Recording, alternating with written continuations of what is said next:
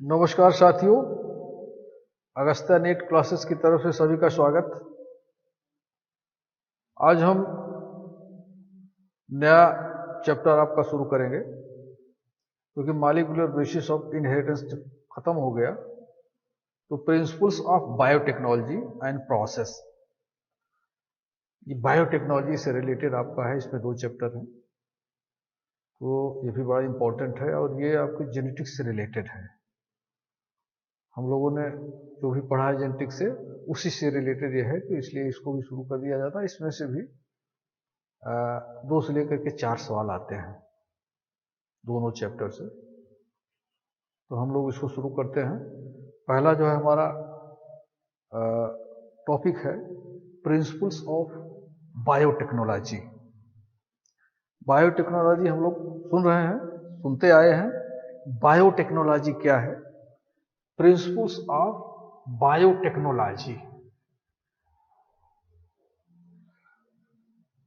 सबसे पहले हम लोग ये देख लें कि इन 1990 यानी 1919 में एक हंगरी के इंजीनियर हुए थे। नाम था उनका कार्ल आर्के। कार्ल आर्के, ये 1919 या किसी किसी बुक में 1917 भी लिखा है, लेकिन हंगरी के हैं, रहने वाले थे। ये इंजीनियर थे एग्रीकल्चर के। और इन्होंने ही ये टर्म दिया बायोटेक्नोलॉजी। कभी कभी एमसीक्यू में पूछा जाता है कि बायोटेक्नोलॉजी टर्म किसने दिया, तो कार्ल आर्के 1919 में या 1917 में कहीं कहीं लिखा है। ये हंगरी के रहने वाले थे और एग्रीकल्चर के इंजीनियर थे। इसीलिए कार्ल आर्के को फादर ऑफ बायोटेक्नोलॉजी कहा जाता है। ये आपको ध्यान रखना पड़ेगा। फादर ऑफ बायोटेक्नोलॉजी किससे कहते हैं? फादर ऑफ बायोटेक्नोलॉजी इनको कहते हैं, कार्ल आर्के को। By so that called as father of biotechnology. इनका नाम मत भूलिएगा। जिस तरह से जेनेटिक्स के फादर मेंडल थे, उसी तरह से बायोटेक्नोलॉजी के father Karl आर्के।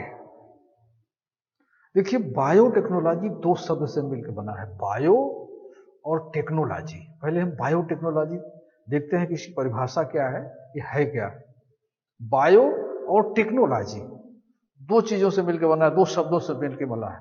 Bio means living things, ऐसी चीजें जिसमें जान हो, जानदार हो, लिविंग्स हो, उसको बायो कहते हैं।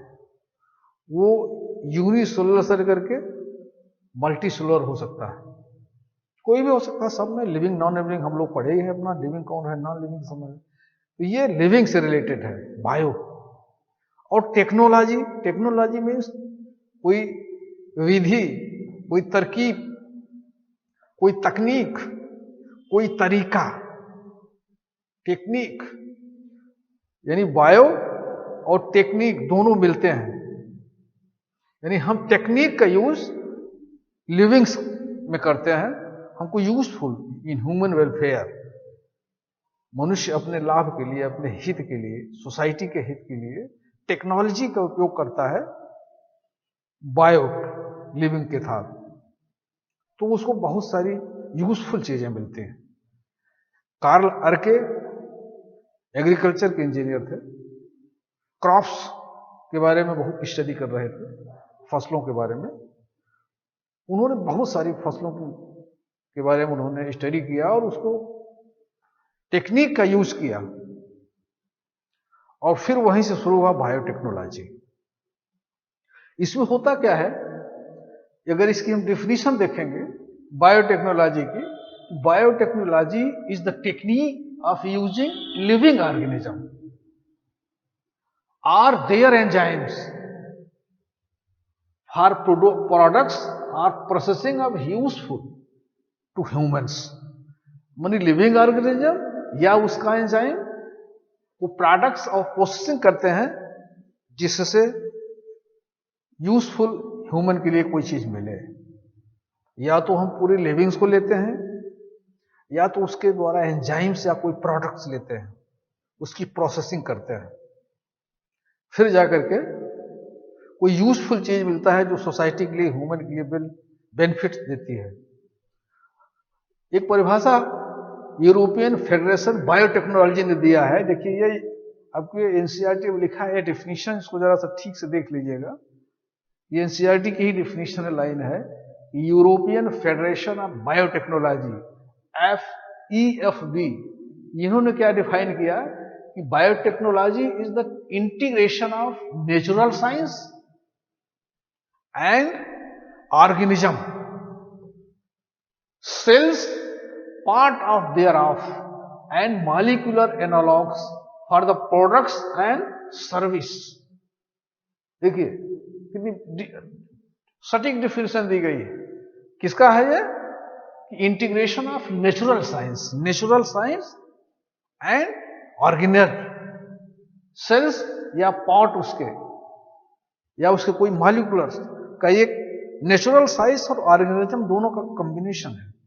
यानी बायोटेक्नोलॉजी में इंजीनियरिंग एक, दूसरा बायोकेमिस्ट्री और तीसरा माइक्रो ऑर्गेनिज्म या लिविंग ऑर्गेनिज्म, ये तीनों मिलकर काम करते हैं। मतलब एक ऐसा बायोटेक्नोलॉजी वर्क है या प्रोसेस है जिसमें बायोकेमिस्ट्री, इंजीनियरिंग और माइक्रो ऑर्गेनिज्म तीनों आपस में मिल करके जब काम करते हैं तो ऐसी चीज मिलती है जो ह्यूमन सोसाइटी के लिए, ह्यूमंस के लिए यूजफुल होती है, बेनिफिट्स होती है। क्योंकि टेक्निक जो इंजीनियरिंग है उसका यूज हम जब यहां करेंगे बहुत सारी यूजफुल चीजें हम लोगों को मिलती हैं। अगर हम इसको एग्जाम्पल देखें, जैसे आपका मेकिंग कर्ड, ब्रेड, वाइन, ये सब कहां से मिलता है? बायोटेक्नोलॉजी से मिलता है।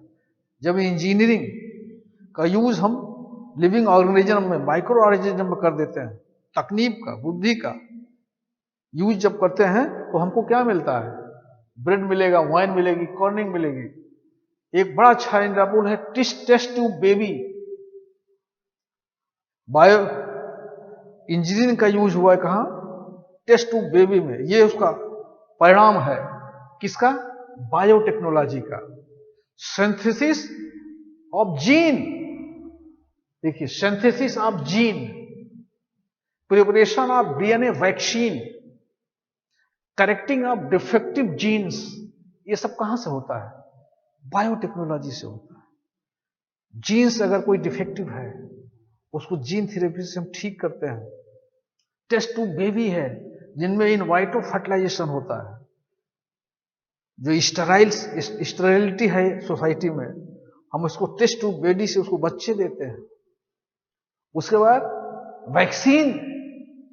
वैक्सीन भी बायोटेक्नोलॉजी से ही बनती है। एंटीबायोटिक्स दवाइयां बनती हैं, किससे बनता है? माइक्रो ऑर्गेनिज्म और इंजीनियरिंग। और तीसरा इसका सप्लीमेंट है बायोकेमिस्ट्री।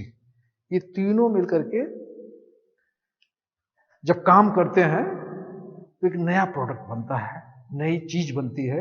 वो हमारे ह्यूमन सोसाइटी के लिए, ह्यूमंस के लिए वो यूजफुल होता है, उसका उपयोग किया जाता है। तो इस टॉपिक्स में सबसे पहले हम याद रखेंगे कार्ल अर्के को, जो फादर ऑफ टेक्नोलॉजी हैं। बायोटेक्नोलॉजी का सबसे पहले इन्होंने यूज किया। इस तरह से हम देखते हैं कि इसकी बायोटेक्नोलॉजी की डिफिनीशन यह है। आपके एनसीईआरटी बुक में इसकी डिफिनीशन बहुत अच्छी लिखी है, आप उस डिफिनीशन को देख लीजिएगा। वहीं से रिलेटेड अगर क्वेश्चन बनेंगे तो बनेंगे। नेक्स्ट है, इसमें प्रिंसिपल क्या है, कोर टेक्निक्स क्या है, कौन सी टेक्निक है मॉडर्न बायोकेमिस्ट्री में, मॉडर्न बायोटेक्नोलॉजी में। एक होता ओल्ड बायोटेक्नोलॉजी, दूसरा होता मॉडर्न बायोटेक्नोलॉजी। ओल्ड टेक्नोलॉजी में हम लोग जैसे दही बनता था, सिरका बनता था, ट्रेडिशनल जो बनते आए हैं, ट्रेडिशनल वाइन भी बनती थी, वो सब ओल्ड टेक्नोलॉजी थी। लेकिन अब मॉडर्न टेक्नोलॉजी आ गई है। अब वहां पे पुराने तरीकों को उस तरीके में अब इंजीनियरिंग का उपयोग किया गया तो मॉडर्न आ गया। तो केवल मॉडर्न टेक्नोलॉजी की बात हो रही है कि इसके जो कोर पार्ट है, जो प्रिंसिपल है, इसके दो प्रिंसिपल हैं। पहला है जेनेटिक इंजीनियरिंग, इसको आप लोग पढ़ते आए होंगे, और दूसरा इसका प्रोसेस है bio process of engineering, bio process engineering. ये दो प्रिंसिपल है इसके, दो प्रिंसिपल ये बायोटेक्नोलॉजी चलती है। पहला जेनेटिक इंजीनियरिंग, दूसरा है बायो प्रोसेस इंजीनियरिंग। इस दोनों प्रिंसिपल को हम लोग थोड़ा सा देखते हैं कि क्या है दोनों प्रिंसिपल। पहले अगर देखेंगे कि जेनेटिक इंजीनियरिंग, जेनेटिक इंजीनियरिंग क्या है, जो इसमें डिफिनीशन दी गई है कि techniques in which genetic material, DNA या आरएनए दोनों लिखा है, क्योंकि कहीं कहीं आरएनए भी जेनेटिक मटेरियल का काम करता है। डीएनए तो जेनेटिक मटेरियल है, लेकिन अगर हम रेट्रोवायरस में देखेंगे तो वहां आरएनए ही डीएनए का काम करता है। इसलिए यहां दोनों शब्द रखे गए हैं जेनेटिक मटेरियल के रूप में। डीएनए या आरएनए इज केमिकली अल्टर्ड होता है, chemically altered and introduce into host organism to change the phenotype. इसको ठीक से समझते हैं। डीएनए हमारे सेल के अंदर है, जितने जहां में ऑर्गेनिज्म है लिविंग्स, सब के शरीर की स्ट्रक्चर निर्माण सेल से हुआ है। वो चाहे यूनिसेलुलर हो चाहे मल्टीसेलुलर हो, सब के अंदर सेल ही है, चाहे वो यूकैरियोट्स हो चाहे प्रोकैरियोट्स। और हर सेल में डीएनए होता है, डीएनए हर सेल में होगा। छोटा सा छोटा माइक्रो ऑर्गेनिज्म देखिए तो ही डीएनए होगा। और यदि डीएनए है तो जेनेटिक मटेरियल है, और अगर जेनेटिक मटेरियल है तो उसमें सारी इंफॉर्मेशंस हैं। जो लिविंग ऑर्गेनिज्म है वो समझिए कि जो डीएनए होता है उसका सिम होता है, शरीर की सारी सूचनाएं उसी डीएनए में कोड होती है। जैसे एक मोबाइल का सिम होता है, उसमें बहुत सारी सूचनाएं कोड होती हैं, पड़ी होती हैं। उसी तरह से शरीर के अंदर डीएनए एक ऐसा मॉलिक्यूल है, वो शरीर से संबंधित सारी सूचनाएं उसमें फीड है। उसी से डीएनए से ही वो जितनी सूचनाएं हैं वो सूचनाएं पेरेंट्स से ऑफस्प्रिंग की तरफ भी जाती हैं, और उसमें कोई अगर चेंज होना है वो चेंज भी होता रहता है उसमें। इसलिए डीएनए के अंदर जो इंफॉर्मेशन है वो जीन्स के रूप में है, और एक जीन्स अगर कोई आदमी बीमार हुआ तो इसका मतलब कोई जीन है जो उसके लिए जिम्मेदार है। कोई अच्छी चीज हो रही है उसके लिए जिम्मेदार है, कोई नेगेटिव चीज हो रही है, पॉजिटिव चीज हो रही है, वो जीन्स है। कोई रोग हो गया, कोई बीमारी हो गई, सब जीन से ही रिस्पॉन्सिबल है। उसी को अल्टर किया जाता है। अगर हार्मफुल जीन को ट्रेस कर लिया जाए और उसको अगर निकाल दिया जाए, डिटेक्ट कर दिया जाए जीन से, वो प्रॉब्लम खत्म हो गई। क्योंकि उसके लिए जो प्रॉब्लम हो रही है, जो बीमारी हो रही है, जो डिजीज है, वो कोई डिफेक्टिव जीन से है। तो इसमें जेनेटिक इंजीनियरिंग क्या करते हैं, ऐसी टेक्निक है जो डीएनए या आरएनए जो जेनेटिक मटेरियल है, केमिकली इसको चेंज करते हैं, अल्टर करते हैं, चेंज करते हैं, और उसके बाद इसको होस्ट में, ऑर्गेनिज्म में इसको इंट्रोड्यूस करते हैं। सबसे पहले डीएनए को निकालेंगे सेल के अंदर से, उसकी स्टडी करेंगे, उसकी पहचान करेंगे, कौन सा इसमें हार्मफुल जीन है, कौन सा जीन नुकसान कर रहा है। फिर उसको जो है हम अल्टर्ड करेंगे, चेंज करेंगे केमिकली। चेंज करने के बाद फिर होस्ट में इंट्रोड्यूस करेंगे, डाल देंगे। फिर वो अपना फिनोटिपिक रिएक्शन करेगा, फिनोटिपिक चेंज हो जाएगा उसमें। क्यों? क्योंकि हम लोग जानते हैं कि डीएनए से कोडिंग होती है, मैसेंजर आरएनए बनेगा, मैसेंजर आरएनए से प्रोटीन बनेगी। प्रोटीन ही कैरेक्टर्स है, जितनी भी एक्टिविटीज बॉडी में होती है सब प्रोटीन्स के रूप में होती है। और कौन सी प्रोटीन बनेगी वो डीएनए डिसाइड करेगा। आरएनए के माध्यम से प्रोटीन बनाएगा, अपने कैरेक्टर को, अपनी सूचनाओं को प्रोटीन सिंथेसिस के माध्यम में एक्सप्रेस करता है। अगर कोई हार्मफुल चीज हो रही है कोई बीमारी है, कोई डिजीज है, इसका मतलब वो जीन से ही रिलेटेड है, और उसको ट्रेस करके निकाल देना, अल्टर कर देना, चेंज करके फिर ऑर्गेनिज्म में, होस्ट में इंट्रोड्यूस कर देना, ये जेनेटिक इंजीनियरिंग है।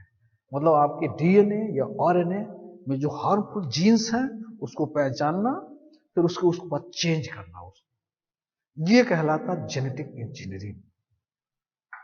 एक तो ये हमारा प्रिंसिपल है कि हम चलते हैं डीएनए या आरएनए के, उसको हम पहचानेंगे, उसको हम अल्टर करेंगे, केमिकली चेंज करेंगे, फिर इंट्रोड्यूस करेंगे ऑर्गेनिज्म में। आई होप कि जेनेटिक इंजीनियरिंग समझ में आ गई होगी। आगे हम लोग इसको डिटेल पढ़ेंगे। दूसरा है bio process engineering. Genetic engineering समझ में आ गई। बायो प्रोसेस इंजीनियरिंग देखिए क्या है बायो प्रोसेस, क्योंकि बायोटेक्नोलॉजी में दो ही रास्ते होते हैं, दो ही प्रिंसिपल चलते हैं। बायो प्रोसेस में क्या होता है? Maintenance of sterile ambience in chemical engineering process for growing desired micro eukaryotic cell for manufacture of antibodies, vaccine and enzymes.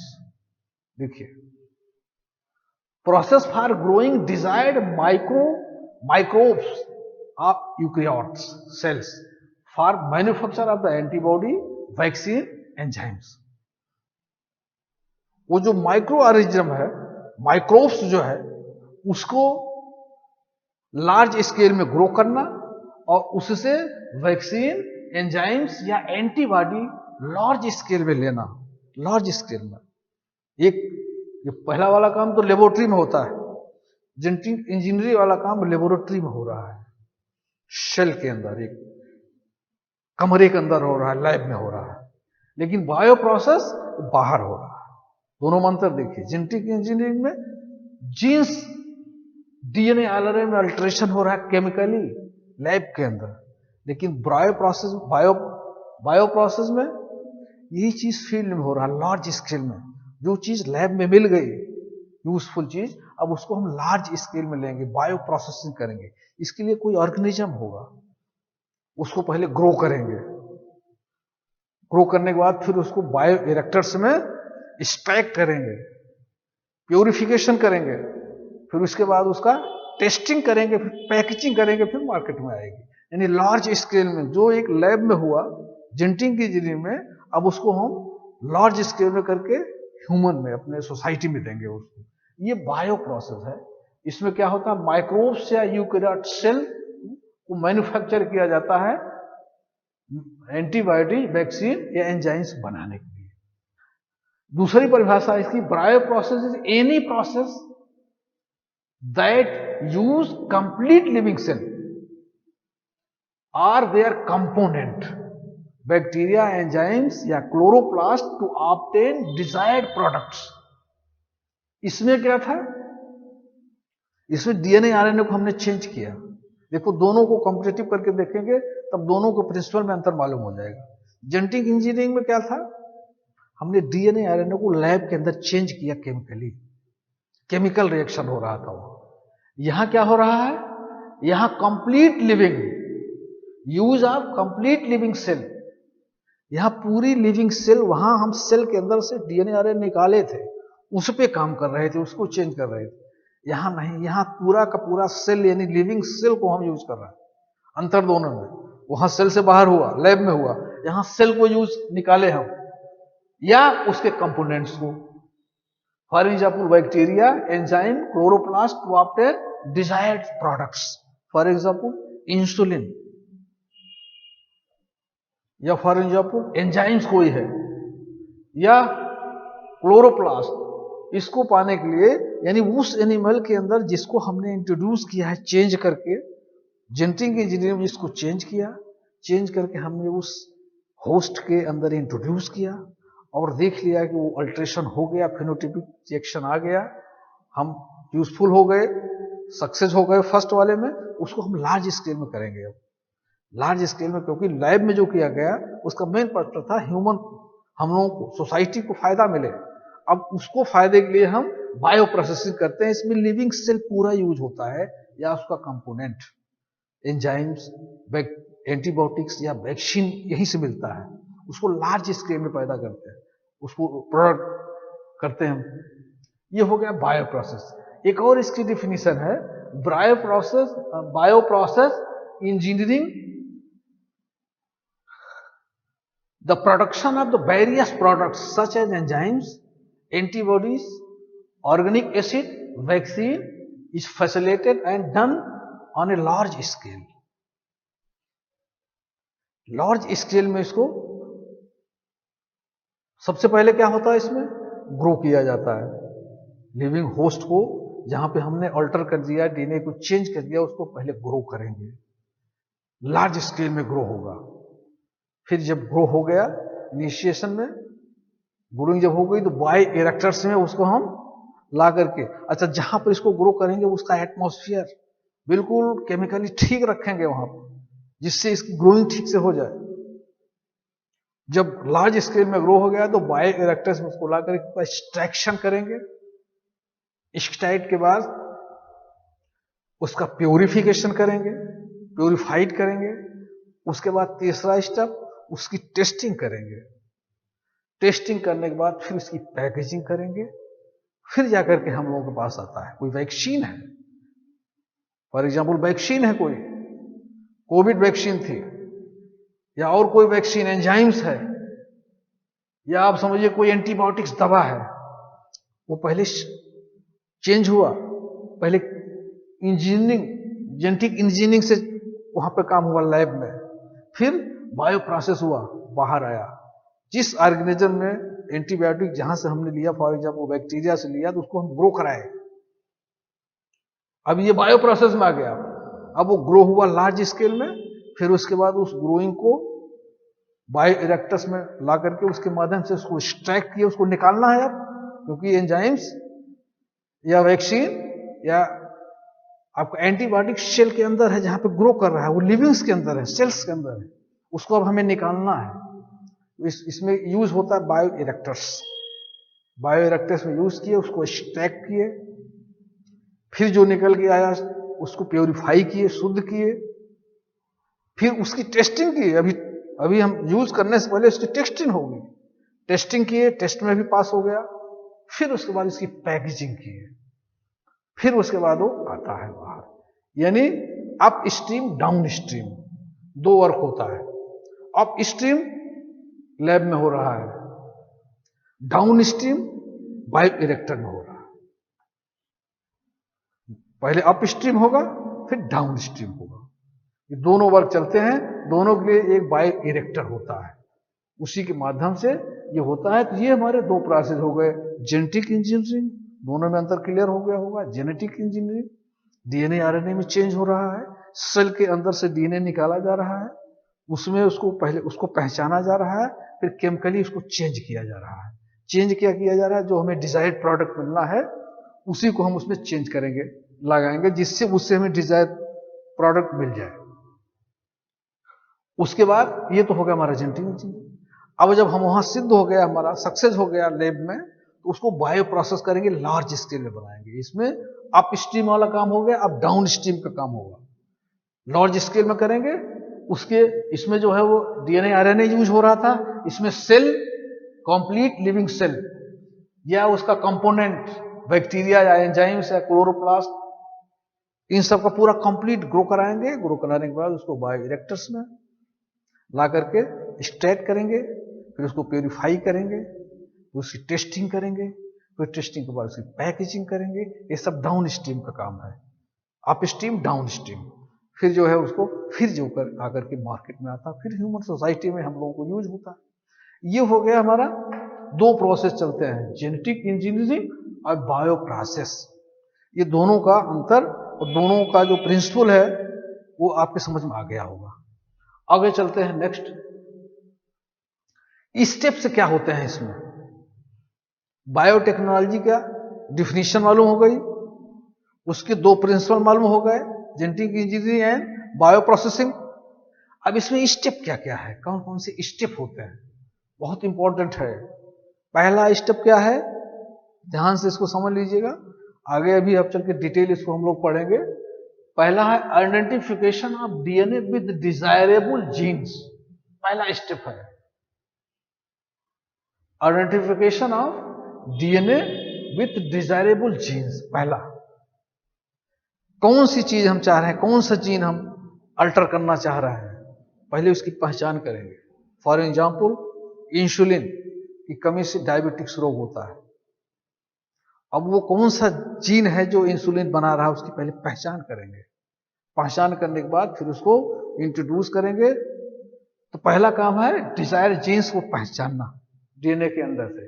Traditionally hybridization leads to inclusion and multiplication of undesirable genes along with the desired genes. In the genetic engineering, only desirable genes are introduced. जो desired gene है उसको हम पहचान करेंगे DNA के अंदर से। उसको पहला काम है इसको पहचानना। देन जब हमने पहचान लिया कि हमारा ये पर्टिकुलर जीन है डीएनए के अंदर, ये पड़ा हुआ है, उसकी पहचान हो गई, उसके बाद क्या करेंगे, इंट्रोडक्शन। दूसरा step, introduction of the identification DNA into the host. अब वो डिजायरेबल जीन जिसको पहचान लिया उसको डीएनए के अंदर से बाहर निकालेंगे। देन दूसरा क्या स्टेप है, होस्ट में उसको डालेंगे, इंट्रोड्यूस करेंगे। अब इसमें डालने के लिए हमें वेक्टर की जरूरत पड़ती है। वेक्टर, ए वेक्टर डीएनए सच एज प्लास्मिड्स। प्लास्मिड्स आप लोग जानते होंगे बैक्टीरिया में होता है, इकोलाई में। वो एक्स्ट्रा क्रोमोसोमल कंपोनेंट है, वो प्लाज्मिड में होता है, रेप्लिकेशन भी करता है, लेकिन डीएनए नहीं है, एक्स्ट्रा क्रोमोसोमल डीएनए है। इसका ज्यादातर यूज होता है। तो ये वेक्टर के रूप में इसका यूज करते हैं। और फिर इसके बाद इसके माध्यम से हम होस्ट में इसको इंट्रोड्यूस करेंगे, डालेंगे होस्ट में। तीसरा है maintenance of introduce DNA in the host, transfer of the DNA to its progeny। ध्यान से इसको समझिएगा, 3 स्टेप हो गया। पहले डिजायरेबल जीन को पहचानना, उस डीएनए को निकालना। पहचाने कैसे, पहले उस सेल से उस डीएनए को बाहर करेंगे। अब हम जब डीएनए हमारा बाहर आ गया सेल के अंदर से, उस जीन को पहचानेंगे, पर्टिकुलर जीन्स जिसको निकालना है या जिसमें इंट्रोड्यूस करना है। तो जिसको हमें निकालना है, जो हमारा यूजफुल जीन है, फिर उसमें से हम उसको बाहर काट के निकालेंगे। फिर अब इसको ह्यूमन किसी होस्ट में डालना है। उसके डालने के लिए हमें वेक्टर की जरूरत है। किसके माध्यम से किसी होस्ट में डालेंगे इसको, इस जीन को मैंने निकाल लिया, एक पर्टिकुलर पार्ट्स को हमने निकाल लिया। अब हमको किसी होस्ट में इसको इंट्रोड्यूस करना है, लेकिन उसके लिए कोई वेक्टर चाहिए, कोई कैरियर चाहिए ना। किस माध्यम से डालेंगे, कोई साधन चाहिए, किस साधन से, उसके लिए वेक्टर कहा गया है बायोटेक्नोलॉजी। वेक्टर पे हम उसको वेक्टर के माध्यम से होस्ट में डालेंगे। फिर जब होस्ट में चला गया तो फिर ये तीसरा स्टेप है maintenance of introduce DNA the host in the host, transfer of DNA in the. फिर उसके बाद देखेंगे ना क्या रिजल्ट आ रहा है, क्योंकि हमें लास्ट अल्टीमेटली लेना है ना। डीएनए को निकाला, पहचान किया, निकाला, वेक्टर के माध्यम से, प्लाज्मिड के माध्यम में होस्ट में डाल दिया। और होस्ट में डाल दिया तो उसको हम मेंटेनेंस तो करेंगे, देखेंगे उसमें क्या रिएक्शन हो रहा है, क्या एक्शन हो रहा है। रिएक्शन एक्शन जो हो रहा है, फिर उसके बाद उसको हम पहचान करेंगे। उसके लिए अच्छा खासा इन्वायरमेंट तैयार करेंगे, जिससे वो जो हमारा प्रैक्टिकल है, जो एक्सपेरिमेंट है, वो सक्सेस हो। इसलिए 3 इसमें स्टेप होते हैं। पहला identification of DNA with desirable genes, यानी उस डीएनए को पहचानना, उसमें से जीन्स को पहचानना। फिर जीन्स को पहले सेल, डीएनए को उस सेल से बाहर निकालना, फिर उस जीन को पहचान करके उसको निकालना, उसमें से कट करके निकालना। उसके बाद फिर होस्ट में इसको हम डालेंगे, दूसरे होस्ट में। उसके डालने के लिए हमें वेक्टर की जरूरत होती है। वेक्टर प्लाज्मिड का उपयोग होता है, यूज किया जाता है। अब इस वेक्टर के माध्यम से होस्ट में डालेंगे। जब होस्ट में चला गया तब उसका मेंटेनेंस भी देखेंगे, क्या आगे हो रहा है, क्या रिजल्ट आ रहा है। और उससे जो प्रोडक्शन होगा, जो बाई प्रोडक्ट बनेगा, उसको हम निकाल के यूज भी तो करेंगे। मेरा पर्पज तो यही है ना। जैसे इंसुलिन बनाना है, इंसुलिन बनाने के लिए सबसे पहले हम पैंक्रियाज में कौन सा जीन्स है जो इंसुलिन बना रहा है, उसको पहचान करेंगे। और पहचान करके उस डीएनए को निकालेंगे पहले सेल के अंदर से, फिर उस डीएनए को, जीन्स को पहचानेंगे जो इंसुलिन बनाता है, फिर उस जीन्स को वेक्टर के माध्यम से होस्ट में भेजेंगे, प्लाज्मिड्स में पहले इसको ट्रांसफर करेंगे, फिर होस्ट में भेजेंगे। जब होस्ट में भेजेंगे तो वहां पे फिर भेजने के बाद उस सेल्स के अंदर देखेंगे क्या एक्शन रिएक्शन हो रहा है, उसको एनवायरनमेंट ठीक से देंगे केमिकली, फिर वहां वो जो इंसुलिन जीन्स था वो इंसुलिन बनाना शुरू कर देगा। अब हमें इंसुलिन का यूज है, फिर वहां से हम पहले एक सेल में देखेंगे, फिर लार्ज स्केल में बायो प्रोसेसिंग करेंगे, फिर इंसुलिन वहां से एक्सट्रैक्ट करेंगे, एक्सट्रैक्ट करके निकालेंगे, फिर इंसुलिन जो डायबिटिक्स मरीज है उसका इंसुलिन में यूज करेंगे।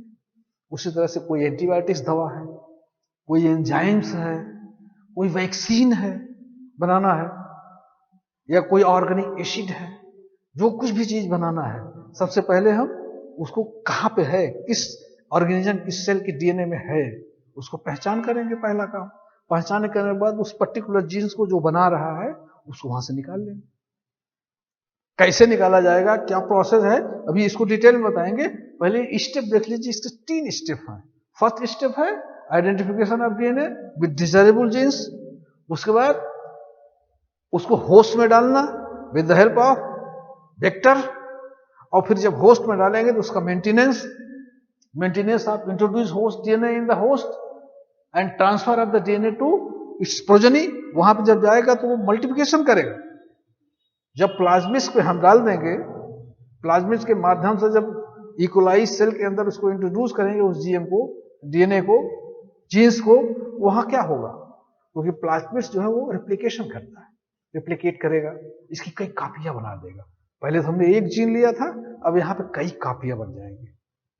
कई हमें इंसुलिन की जीन मिल गई, हमने निकाला तो एक, लेकिन यहाँ पे सेल के अंदर, इकोलाई के अंदर इसकी कई कापी मिल गई, क्योंकि प्लाज्मिड्स जो है वो जब जाएगा सेल के अंदर इस जीन के साथ तो फिर वो रिप्लिकेट करेगा, क्योंकि प्लाज्मिड्स जो होता है वो डीएनए नहीं है, डीएनए से एक्स्ट्रा जीनल है, वो रिप्लिकेशन भी करता है, तो हमें कॉपी मिलेगी।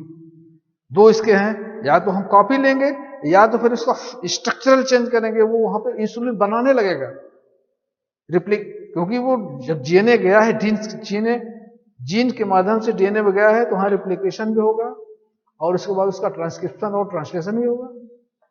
ट्रांसक्रिप्शन होगा मैसेंजर आरएनए के माध्यम से, वहां ट्रांसलेशन होगा, फिर प्रोटीन बनने की वो पर्टिकुलर जीन्स जो हमने भेजा है होस्ट के अंदर, अब वहां इंसुलिन बनाना शुरू कर देगा ट्रांसलेशन के माध्यम से। रिप्लिकेशन होकर मल्टीपल कॉपी भी बनेगा, और साथ ही साथ क्योंकि प्रोटीन सिंथेसिस भी होगी वहां, ट्रांसक्रिप्शन और ट्रांसलेशन के माध्यम से वो इंसुलिन भी बनना शुरू हो जाएगा। अब उस इंसुलिन का ही मुझे यूज करना है, फिर इसको लार्ज स्केल में बना करके इंसुलिन को निकाल करके हम लोग ह्यूमन बेनिफिट्स के लिए यूज करेंगे। तो ये इसके बेसिक 3 स्टेप हैं। कौन कौन सा है? पहले identification of DNA desirable genes, दूसरा introduction to the identified DNA into the host, उसके बाद maintenance of introduce DNA in the host and transfer of the DNA in progeny, ये होता है। अब इसको क्या कहते हैं? यदि किसी डीएनए से पहचान करके उसमें से जीन्स को निकाल करके किसी दूसरे जीन्स में जब ट्रांसफर करेंगे, उसको क्या बोल देंगे? उसको बोलते हैं रिकॉम्बिनेंट डीएनए। एक नया शब्द बायोटेक्नोलॉजी में है, रिकॉम्बिनेंट डीएनए, यानी रिकम्बाइंड हो गया। एक जगह से दूसरे, एक जीन से निकाला हमने एक पार्ट और दूसरे जीन में कंबाइन कर दिया, अब उसको क्या बोलेंगे? Recombinant DNA. सबसे पहले इसका recombinant DNA, first recombinant DNA, first recombinant DNA was produced by Stanley Cohen and Herbert Boyer in 1972। इसको याद रखिएगा। रिकॉम्बिनेंट डीएनए 1972 में सबसे पहले हर्बर्ट बायर और स्टैनली कोहेन सबसे पहला रिकॉम्बिनेंट डीएनए बनाया था इन्होंने। तब से इन्होंने पूरा रास्ता खोल दिया। क्या किया था? They isolated an antibiotic resistant gene piece of DNA from plasmid Salmonella typhimurium. was linked with the plasmid vector and transferred into E. coli as a result of gene was expressed by multiple in E. coli. क्या हुआ था? सबसे पहले उन्होंने E. coli के plasmid को निकाल करके इन्होंने जो है रिकॉम्बिनेंट डीएनए बनाया था। इसको याद रखिएगा आप। बायोटेक्नोलॉजी का सबसे पहले फादर कौन है का यूज किया, उसके बाद फर्स्ट रिकॉम्बिनेंट डीएनए किसने बनाया। ये वेरी इंपॉर्टेंट लाइन है। आज के चैप्टर में हमने आपको बताया कि बायोटेक्नोलॉजी की डेफिनेशन क्या है, बायोटेक्नोलॉजी टर्म किसने दिया, उसके बाद इसके प्रिंसिपल कौन से हैं दो, एक जेनेटिक इंजीनियरिंग, दूसरा बायो प्रोसेसिंग, दोनों के बारे में समझा दिया, कैसे दोनों प्रोसेस चलते हैं, दोनों प्रिंसिपल। उसके बाद हमने स्टेप्स के बारे में बता दिया कि बायोटेक्नोलॉजी की क्या क्या स्टेप हैं, तीनों के स्टेप बारे में बता दिया। और उसके बाद ये भी आपको बता दिया कि जो एक डीएनए से उसका जीन निकाल करके दूसरे डीएनए जब डालेंगे तो उसको रिकॉम्बिनेंट डीएनए बोलेंगे। रिकॉम्बिनेंट का मतलब दूसरे जीन से डीएनए से निकाल करके दूसरे डीएनए में जब डाला गया तो जिसमें इसको इंट्रोड्यूस किया गया है उसको रिकॉम्बिनेंट कहेंगे, क्योंकि वो रिकम्बाइंड है, दूसरे का पार्ट उसमें रिकम्बाइन किया गया है। क्योंकि रिकॉम्बिनेंट डीएनए सबसे पहले किसने बनाया था? 1972 में स्टैनली कोहेन, हार्वर्ड और बायर ने बनाया था सबसे पहला। ई. कोलाई में प्लास्मिड के माध्यम से उन्होंने इंट्रोड्यूस किया था और उन्होंने उसका रिजल्ट भी देखा था। तो ये तभी से 1972 से बायोटेक्नोलॉजी रिकॉम्बिनेंट डीएनए टर्म आया। और रिकॉम्बिनेंट टेक्नोलॉजी क्या है ये आपके सिलेबस में है। रिकॉम्बिनेंट डीएनए टेक्नोलॉजी ये आपके सिलेबस में है, ये बड़ा इंपॉर्टेंट है। इसको नेक्स्ट टॉपिक में हम लोग कवर करेंगे कि रिकॉम्बिनेंट डीएनए टेक्नोलॉजी क्या है, रिकॉम्बिनेंट डीएनए टेक्नोलॉजी के कितने टूल्स हैं, कौन कौन से, इसका प्रोसेस क्या है, ये हम नेक्स्ट में करेंगे। आज हम लोगों ने बेसिक जानकारी बायोटेक्नोलॉजी की, इसके स्टेप्स देखे, इसके प्रिंसिपल्स देखे, और फर्स्ट रिकॉम्बिनेंट डीएनए क्या है वो हमने जान गया, किसने बनाया, कहां बनाया, कौन से वैज्ञानिक थे। अब रिकॉम्बिनेंट डीएनए टेक्नोलॉजी क्या है, इसके क्या स्टेप्स हैं, क्या टूल्स हैं, इसको हम लोग नेक्स्ट में कवर करेंगे। आई होप कि बायोटेक्नोलॉजी के बारे में आपको बेसिक जानकारी हो गई होगी, प्रिंसिपल की जानकारी हो गई होगी, स्टेप की जानकारी हो गई होगी। नेक्स्ट बार हम लोग रिकॉम्बिनेंट टेक्नोलॉजी के बारे में डिस्कस करेंगे। Thanks very much.